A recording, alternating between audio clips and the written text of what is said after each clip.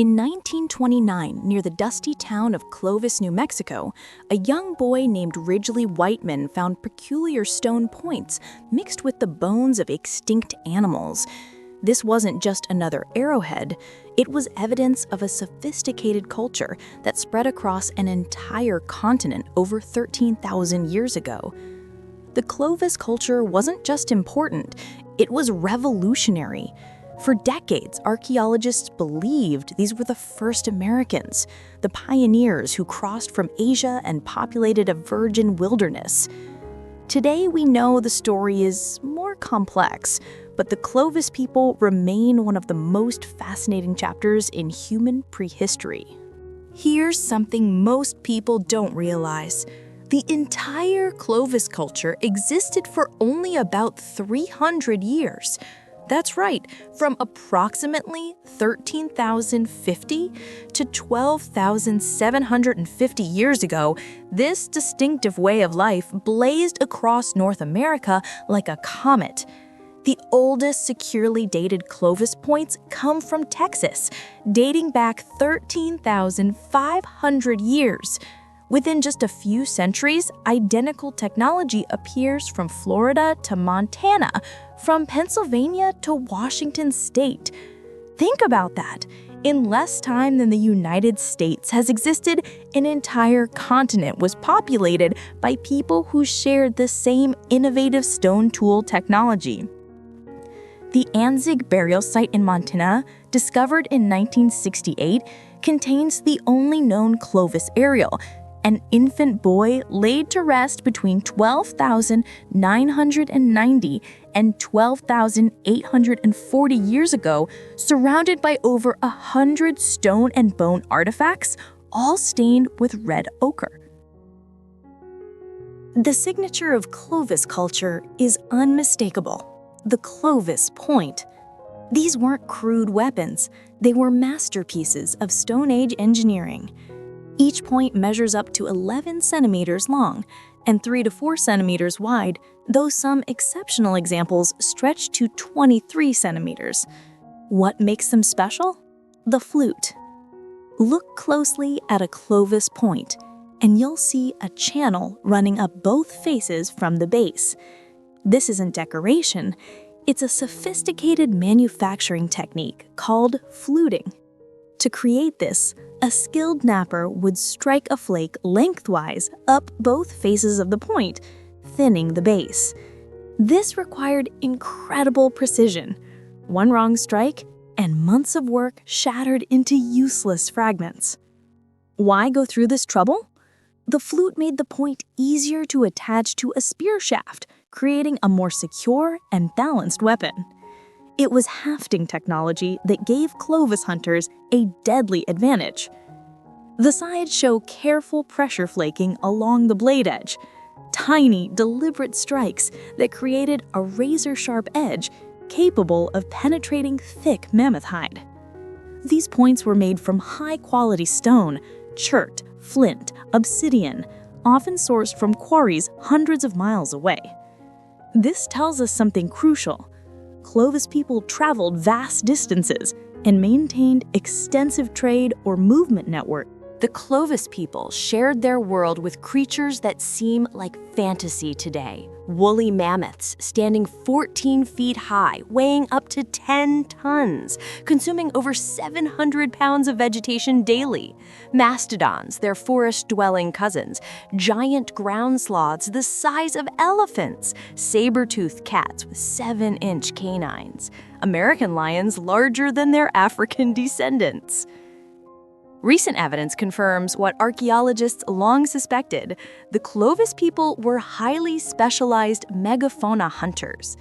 A 2024 study analyzing Clovis-era infant remains proved that mammoths were a key food source. The isotope signatures in these ancient bones tell an incredible story. These people depended on mammoth meat for survival. At kill sites like Blackwater Draw in New Mexico and Murray Springs in Arizona, archaeologists found the bones of multiple mammoths mixed with Clovis tools. These weren't scavenging operations, these were organized hunts. The sheer number of bones, the butchering marks, the strategic placement of stone tools all point to sophisticated hunting strategies. But here's what's remarkable. Hunting a 10-ton mammoth with stone-tipped spears required more than courage. It demanded planning, coordination, and intimate knowledge of animal behavior. These hunters likely targeted young or injured individuals, using tactics passed down through generations. How do you kill a mammoth with a spear? You don't charge in alone. Clovis hunters were tactical geniuses. They likely worked in coordinated groups, understanding that success meant survival for their families, and failure meant death. Evidence suggests they ambushed animals near water sources, places where mammoths came to drink and became vulnerable. The Murray Springs site shows exactly this scenario, dating back 12,000 to 13,000 years. Clovis people camped nearby, waiting for large animals to approach the water. But they weren't just mammoth specialists. Archaeological sites reveal they hunted bison, horses, camels, and smaller game. They fished, gathered plants, and adapted to different environments across the continent. This versatility was their superpower. The Clovis toolkit extended beyond projectile points. They created scrapers for processing hides, knives for butchering, and bone tools for detailed work. Each tool had a specific purpose, refined over generations of trial and error. Who were the Clovis people? They lived in small, highly mobile groups, probably extended family units of 20 to 50 individuals. Permanent settlements weren't their style. They followed the herds, moving with the seasons, carrying their entire world on their backs. Evidence suggests they built temporary camps, probably using animal hides stretched over wooden frames, structures they could dismantle and transport quickly. Fire was central to their existence for warmth, cooking, tool-making, and protection from predators. The Anzac burial tells us something profound about their culture. The infant was buried with ceremony, surrounded by valuable tools stained with red ochre, a pigment used in sacred rituals across many ancient cultures. This wasn't just disposal of a body. This was love, grief, and hope for an afterlife. Children learned essential skills early: how to knap stone, track animals, identify edible plants, read weather patterns. Survival knowledge was the most valuable inheritance. The elderly were repositories of wisdom, their experience crucial for group survival. The inhabited was dramatically different from today. North America was in the grip of the Pleistocene, the Ice Age. Massive glaciers covered Canada and the northern United States. Sea levels were 300 feet lower than today, exposing vast coastal plains. The climate was colder, but not uniformly frozen. South of the ice sheets stretched open grasslands, Mammoth Steppe, a productive ecosystem that supported enormous herds of herbivores. It was cold, dry, and windy, but rich with life. Then everything started changing. Around 12,900 years ago, right at the end of the Clovis period, the Younger Dryas began. A sudden return to glacial conditions lasting 1,500 years. Temperatures plummeted, the megafauna began dying off. Was this climate change catastrophic for the Clovis culture? Some scientists think so. Others believe the relationship is more complex. What we know is that Clovis technology disappeared, replaced by new styles like Folsom points. The people didn't vanish, they adapted. DNA analysis of the Anzac infant confirms he's an ancestor of modern Native Americans. Here's one of archaeology's biggest controversies. Did Clovis hunters drive the megafauna to extinction? It's called the overkill hypothesis, and it's been debated for decades. The timing seems suspicious. Shortly after Clovis culture appears, mammoths, mastodons, giant ground sloths, saber-toothed cats, over 35 genera of large mammals go extinct. Coincidence? Maybe not. Supporters of the overkill theory argue that these animals had never encountered human hunters before. They had no fear response, making them easy targets. Clueless hunters, suddenly armed with superior technology, could have hunted them faster than they could reproduce. But skeptics point out major problems with this theory. First, climate change was already devastating megafauna populations before Clovis people arrived. Second, we've only found about a dozen sites where Clovis points are definitively associated with mammoth kills, hardly evidence of continent-wide slaughter.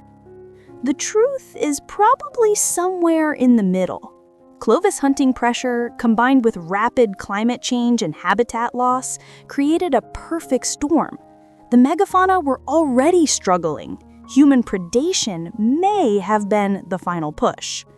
What we can say with certainty, the disappearance of these massive animals fundamentally transformed North American ecosystems and forced Clovis descendants to develop entirely new survival strategies. The story of the Clovis people isn't speculation. It's written in stone, bone, and earth across North America. Let's visit the sites that revealed their secrets. Blackwater Draw, New Mexico, near the town that gave Clovis its name. This site has yielded thousands of artifacts and remains of mammoths, bison, horses, and camels. It's been continuously excavated since 1932, providing invaluable data about Clovis life. Maurice Springs, Arizona, one of the most complete Clovis sites ever found. Here, archaeologists discovered not just kill sites, but actual campgrounds, giving us rare glimpses into daily life. Tools, food remains, and fire pits paint a vivid picture of Clovis hunters at work. The Anzac site in Montana remains unique, the only known Clovis burial. That DNA extracted from that infant's bones has revolutionized our understanding of Clovis genetics and their relationship to modern Native Americans. Dozens of other sites scatter across the continent, from the East Coast to the West Coast, from the Canada border to Mexico. Each site adds pieces to the puzzle, revealing different aspects of Clovis life. Modern technology has transformed archaeology. Ground-penetrating radar, isotope analysis, ancient DNA extraction, and 3D modeling allow scientists to extract information that would have been impossible just decades ago. The Clovis culture didn't disappear, it transformed. When Clovis technology fades from the archaeological record around 12,750 years ago, it's replaced by new styles, Folsom, Dalton, and dozens of regional variants. These weren't invasions by new peoples, they were adaptations by Clovis descendants. DNA doesn't lie.